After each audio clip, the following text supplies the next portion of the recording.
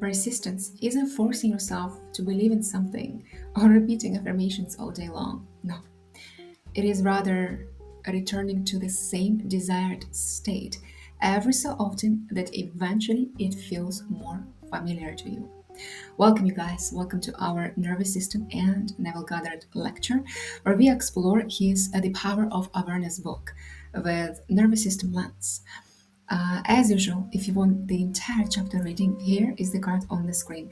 Today we will check the work of Neville Goddard, which is the chapter 22, Persistence, of his The Power of Awareness book. This chapter is very important, and I want to say that it's often also misunderstood. Many people, when they read persistence, they think you have to force, you have to strive, you have to discipline yourself, you have to effort, you have to never doubt. But Neville Goddard meant persistence in the simpler terms. He just meant it much simpler. That persistence was continuation of your return to the desired state, and that state is the reflection of the consciousness of the feeling of the visual field. All right, so it should be a repeated return. It's not once, it's a repeated return until eventually it becomes something you exude naturally. So let's begin. So, the scriptures tell you that you must persist in rising to assuming the consciousness of your wish already being fulfilled. The promise is definite that if you are shameless in your impudence in assuming that you already have that which your senses deny, it shall be given unto you. Your desire shall be attained. Neville said really something important here. That the state doesn't come down to you. You rise to the state.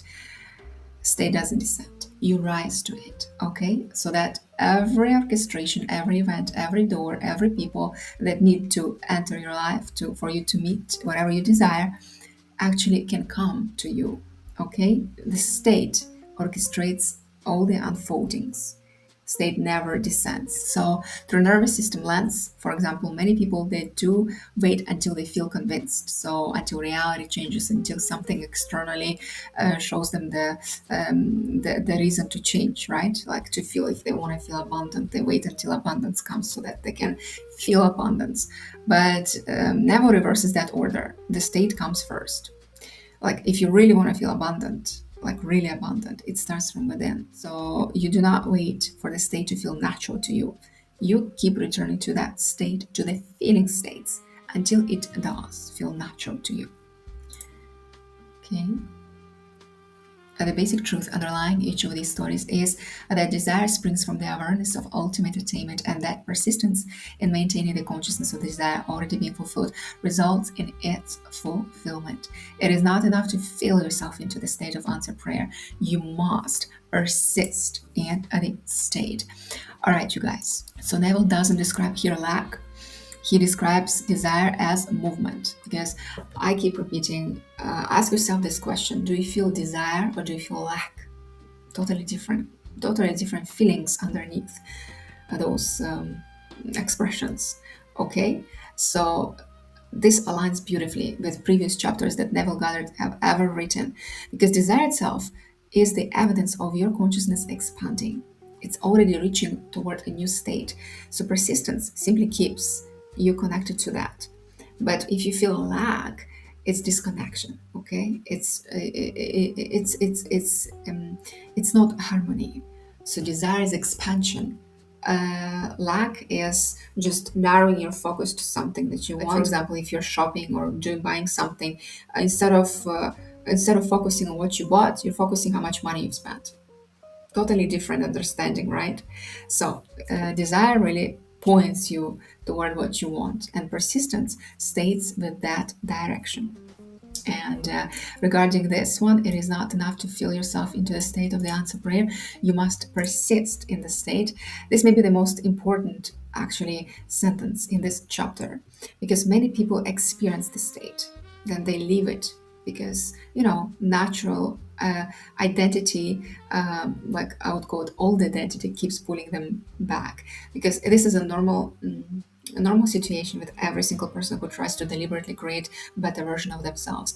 You will catch yourself going back into the old identity. Why? Because it simply feels more natural, more familiar to you, to your body, to your nervous system, to your brain. This every time you go conscious of your unconscious, it is already celebration, you guys. So every time you go conscious, just catch yourself and change towards towards the feeling of what you want to attain. Okay, so a single experience doesn't necessarily become your self-concept. You just need to remember that repetition creates familiarity, and familiarity will create naturalness of your expression overall.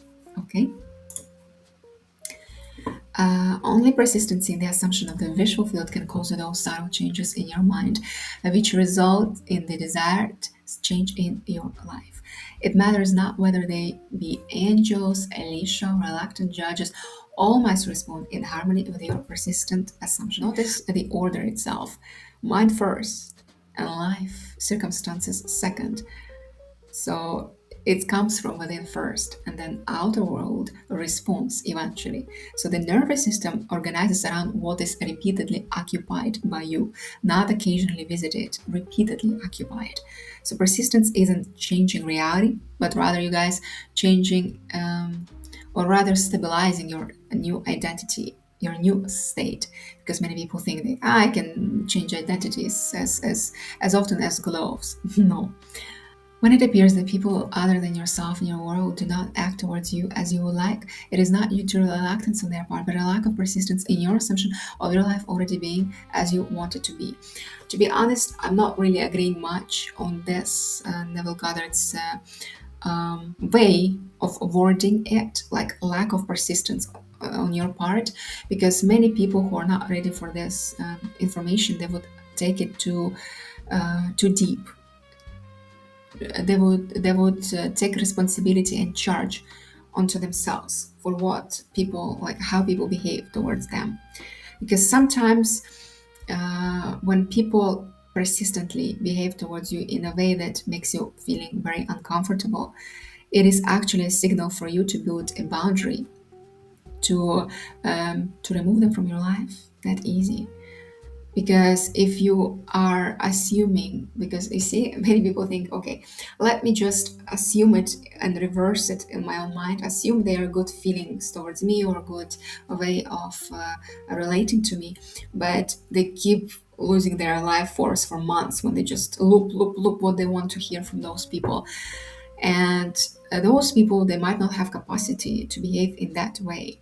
So there are two ways: either God removes them, infinite being the source removes them altogether in any way you do not even care about that, or this is a signal for you to put a boundary and to say no more, because you keep open to you keep open to the assumption that you have to tolerate that kind of treatment. So it could be also as invitation for you. You know what I mean? So that's why I do not agree with this, because many people, they like, especially highly integral people and people that are too deep in self-surveillance, they would take it to literal. Neville doesn't say force people here also. He's just saying stop measuring your reality every 5 minutes. Okay, because this is when your old state is being reactivated. So monitoring reality often strengthens the state that you're trying to leave. So do not monitor reality. Okay, you guys? And that maintained attitude that gets you there, so that you think from your visual field instead of thinking about your wish, is aided by assuming the feeling of the visual field frequently. It is the frequency, not the length of time, that makes it natural, that to which you constantly return constitutes your true self. Frequent occupancy of the feeling of the visual field is the secret to success. So this may be the most practical teaching in this chapter, because he doesn't say hold the state perfectly, hold it forever, from first time you identified what you want and just hold it. No, it's natural to have those kind of calibrations, because you're changing yourself, you're changing what you knew yourself to be, like you're changing what reality was within your perception. So he just says you must return to it frequently, return to your state every so often. And from nervous system lens, yes, the system itself, your system, learns through repetition. It's never through force, through effort, intensity. It's repetition, just mild repetition. Be more tolerable, okay? So tonight, choose one desire, okay? Before falling asleep, I want you to choose one desire and just ask yourself a question: what state naturally would exist in me, what feeling state, if I already had that thing which I desire.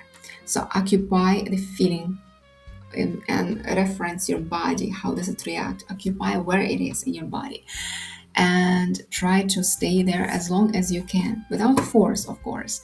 But as soon as you leave the state, just notice yourself. Where is the resistance part? Like, what needs to be eliminated? Because I cannot stress more enough, when we manifest anything or desire it, you guys, it's not something we add, it's rather something we remove first. Okay, you remove the distortion overall. So, and then keep returning, because you know that now, you know that familiarity brings naturalness in your expression. So this chapter is not about trying harder. It's about returning more often to the desired state, because desire will always reveal you direction. Persistence will always maintain connection. So repetition creates familiarity, and familiarity creates naturalness of your identity, like creates identity overall. Okay, so I hope you liked it, guys, and I will see you in the next one.